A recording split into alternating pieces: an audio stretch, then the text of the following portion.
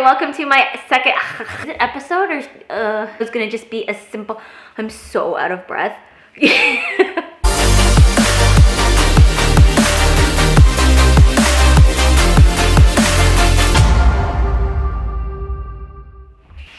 Sliding into Friday.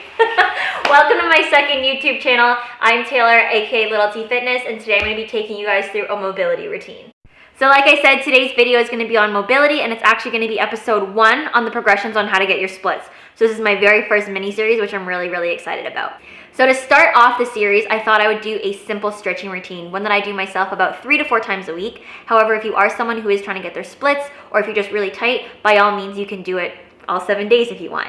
What's great about this stretching routine is it gets all of your lower body. So it's gonna get your glutes, your hamstrings, your hip flexors, your quads, all that good stuff. And after you finish, you're gonna feel so much better. So let's get started. Okay, so the first step for stretching is to make sure your body's warm, because you don't wanna stretch cold muscles. So the first thing I have most of my clients, and what I usually do, is warm up a little. So whether it's gonna be a treadmill walk, jumping jacks, toe taps, whichever, just anything to kind of get your heart rate up. You can even do a dance party if you really want to. I don't dance, so I'm just gonna do a couple jumping jacks. So your muscles should feel pretty warm now. You should have done something that got the heart rate up a little bit. You should feel a bit pumped, blood's flowing, and we can get started into the flow. All we're gonna do is feet hip width apart, and we're gonna go down, keeping our legs straight, and letting gravity do the majority of the work. So we're gonna go forward, middle, back. Feeling a nice big stretch in your hamstrings. We're gonna go for 5. Once you finish your 5, you're gonna widen your stance. We're gonna drop to one leg, and the other leg is gonna point up to the ceiling. If you don't have mobility to get as low as I am, you can always prop yourself up on one foot, and you might be a little bit higher. This is the ideal position. So we're gonna rock back and forth 4 times, getting a nice big stretch, and then we're gonna head to our left. So this is the beginning of our lunge complex. What I want you to focus on here is really pushing this right hip flexor forward. Your knee and your ankle are stacked, and your chest is high. If this is a pretty big stretch for you and you don't feel balanced, you can always bring a foam block, and we can rest up here. This position, again, I want nice proud shoulders, nothing hunched, and you don't want to be hunched, closed in this back leg. Everything nice and open. From here, what we're gonna do after sitting in here for around 30 seconds, I want you to focus on pushing your weight backwards. Still staying up in your leg, so I don't want you to sit back on your heel. Staying up. Toe again flexed. And in an ideal world, just reaching forward. If you can't reach forward, again, grab your foam block. And you can always rest up a little bit higher. So again, things to really point out. My front foot is flexed. I'm staying off my heel. I'm reaching forward as far as I can, and I'll feel a stretch from my hamstring all the way down my leg. From here, what I want you guys to do is rock back forward again. Again, really pushing this hip forward.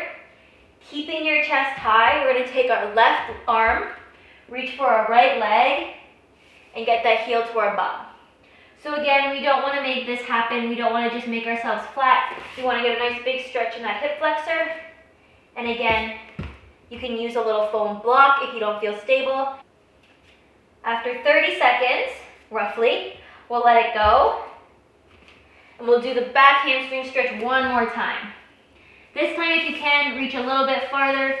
Each breath that you take with your stretches, breathing in and breathing out, you want to reach a little bit farther into the stretch. So whether it's the hamstring, the front lunge, or that quad hip flexor, always taking big, deep breaths, sinking deeper into. Again, roughly after 30 seconds, we're now going to try to slide our foot forward into a split. So for this, what I want you to really focus on is this back leg is straight. My knee is always facing the ground, never out towards the camera. So always down. We're going to slide this leg back, simultaneously trying to slide this leg forward. So whether you're up all the way down in your splits, or if you're a little bit higher, you can always grab a foam block or a foam roller. Either set it underneath that front leg to kind of get rid of any tension if you feel any sharp pain, because stretching should never be painful. Stretching should always feel good, not painful. You can always put it underneath that front leg and just let yourself sit in this hip and really feel a stretch in your back hip flexor, keeping everything square. I would rather see you higher up than trying to get low and then turning your hips to the camera. We want to keep everything tucked under because that's a proper square split. So after holding this again for around 30 seconds, you can either come out if you're a beginner, if it's really stretching you, but if you're advanced and you're all the way down and you're just kind of chilling, I want you guys to reach forward. Reach forward past that front leg, head will be down. Trying to keep, again, everything nice and square. You don't want that hip to pop up and have a huge gap.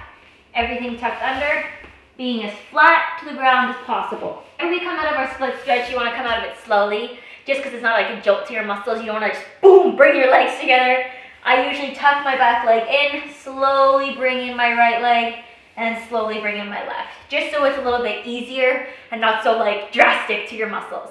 So what I want you guys to do is do that entire sequence we just did, but now on your right leg, because in all flexibility, all strength movements, we always do the same on each side. So once you guys finish your right side, we can move on to the next one. So to start, what I want you guys to do, hands will be behind you, legs tucked. All we're gonna do is separate them and then flatten them. So all you're gonna do is just back and forth, letting your hips drop, ideally in a 90-90. And this time I'll demonstrate the right first. You just do a couple, and then we're gonna drop to our right leg. So if you want a bigger stretch, you wanna keep a 90-90 with your legs. If this is too hard on your front knee and you feel any pain, we're just gonna tuck it in a little bit closer. Same with the back leg, you'll just tuck it in a little bit more. In an ideal world, front leg 90, back leg 90, knee and foot should be roughly in line with each other. We're gonna keep our backs nice and tall. We're gonna put our arms up, and we're gonna reach forward as far as we can. In this reach, we wanna make sure that we're breathing each breath, coming up a little bit further into the stretch. Keeping everything nice and relaxed, really sink into the stretch, don't resist it.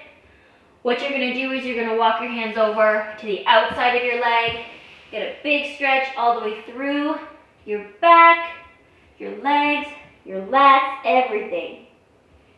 And then we're gonna walk our hands to the inside of our legs. So if we were to do it in a clock, 12, 2, 10. So big stretch. Again, you wanna roughly hold each position for around 30 seconds.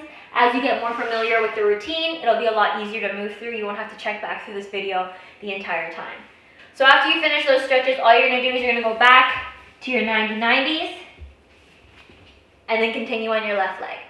So now you should feel your hips feel way more open. They feel a lot more mobile. Everything's feeling good in your lower body, so we can start doing a little bit more advanced stretches. So the next one we're gonna do is our pancake. This one is my favorite stretch. I like pancake because it helps me with my press to handstands a lot, or any type of straddle work or any type of balancing work. So to start, all we're gonna do is make sure our legs are out as far as they can. Externally rotated in your hips. You don't want them internally rotated because that's not cute. Outwards, toes pointed, ideally so they're off the ground with your heels. We're gonna reach up nice and tall, and then we're gonna swoop and come forward. Now, if you're someone who's less flexible, your straddle might be a little bit tinier and you might be a little bit higher up. With time, you will be able to get your pancake nice and flat to the ground. Be patient, trust me, it'll happen.